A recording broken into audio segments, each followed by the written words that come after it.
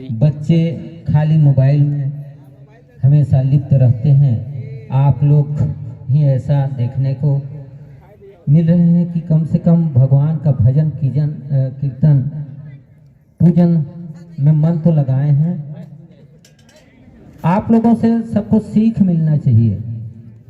साथ में यहाँ उपस्थित जनमानस को भी शिक्षा मिलना चाहिए कि क्यों ना हम अपने बच्चों को भी इस रामचरितमानस में या भजन कीर्तन में ध्यान लगाने का या आकर्षित करने का कोशिश करें, ताकि ज़्यादातर मोबाइल में अपना ध्यान ना लगाएं। चलिए आइए कथा प्रसंग की ओर। अंतिम चौपाई को देखिए। देखी प्रताप न कपि मन शंका, और जिमी यही गण महु गरुड़ आशंका।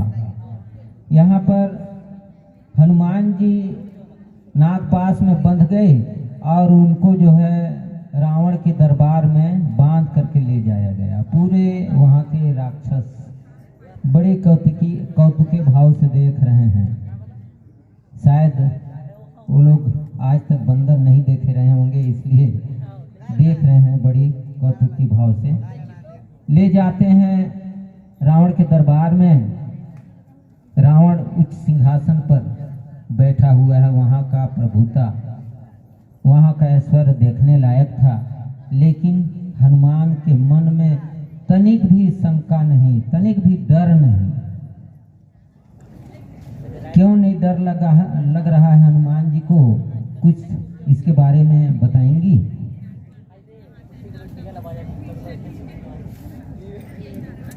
आदरणीय निर्णायक महोदय जी, मेरे विचार से हनुमान जी तो प्रभु श्री राम जी के दूत थे, उनके सेवक थे, और जिनके साथ राम जी हो उन्हें किस बात का भय।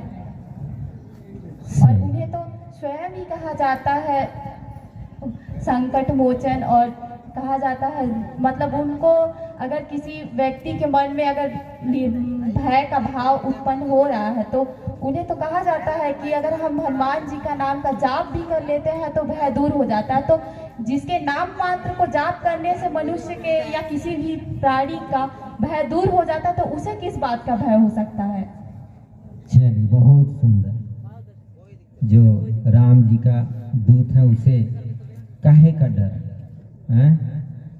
राम का प्रताप रावण के प्रताप से ज्यादा है कि नहीं? बहुत सुंदर आपने जनमानस के बीच इसका उत्तर दिए। सही बात है। चलिए मानस जिज्ञासा की ओर। बहुत बहुत धन्यवाद। मंच पर आसीन राधा कृष्णन, बालिका मंडी पंडरी सूरजपुर, वास्तव में आप लोग उतने दूर से आकर के और हमारे इस मंच की सुंदरता को बढ़ाए हैं।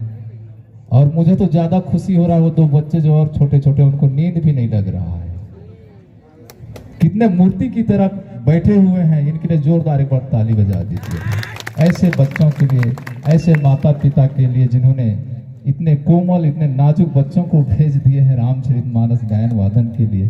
और इन बच्चों के भविष्य की उज्जवल कामना के लिए मैं भगवान से हमेशा यही प्रणाम करता हूँ। हमेशा प्रार्थना करूंगा कि इन बच्चों का भविष्य हमेशा उज्जवलमय हो, मंगलमय हो, आनंदमय हो। इसी प्रकार इनका जीवन राममय हो, संगीतमय हो। चलिए, आप लोगों ने इसी कथा प्रसंग में ही हनुमान जी का वर्णन किए हैं। मैं आप लोगों से जिज्ञासा चाहूंगा। आप लोग विद्यार्थी जीवन में हैं, कुछ आप लोगों से, हमारे भी यहाँ पे नन्हे नन्हे बच्चे हैं, उनको आप कुछ दे जाइए। हनुमान जी का आपने अभी प्रसंग में आया और उनका वर्णन बहुत ही अच्छे ढंग से किए। आपसे मैं अपेक्षा करूंगा जो है श्रोता समाज के लिए कि हनुमान जी ब्राह्मण का जो रूप धारण किए तो कितने बार किए और कहां कहां पर किए, इसको भी थोड़ा सा जनमानस को संदेश स्वरूप बताने का कृपा करेंगे।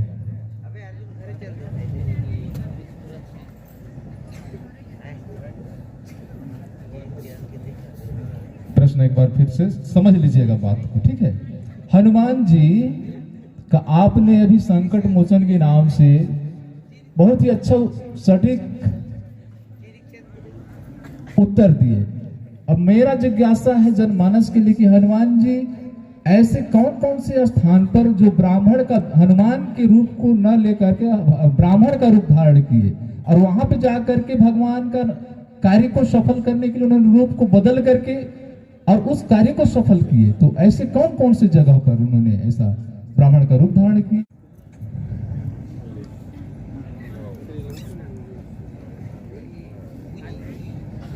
पर आदरणीय निर्णायक महोदय जी, मैं आपके भाव तक ना पहुंच पाऊं, लेकिन प्रयास करती हूं।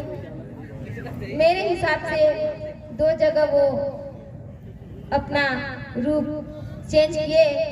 एक जगह जब वह राम जी बाण मारे तो उनका एक बाण वापस नहीं आया, तो प्रभु जी के बाण को लेने के लिए हनुमान जी जहाँ भजन हो रहा था राम जी का, वहाँ भेष बदलकर राम राम कर रहे थे।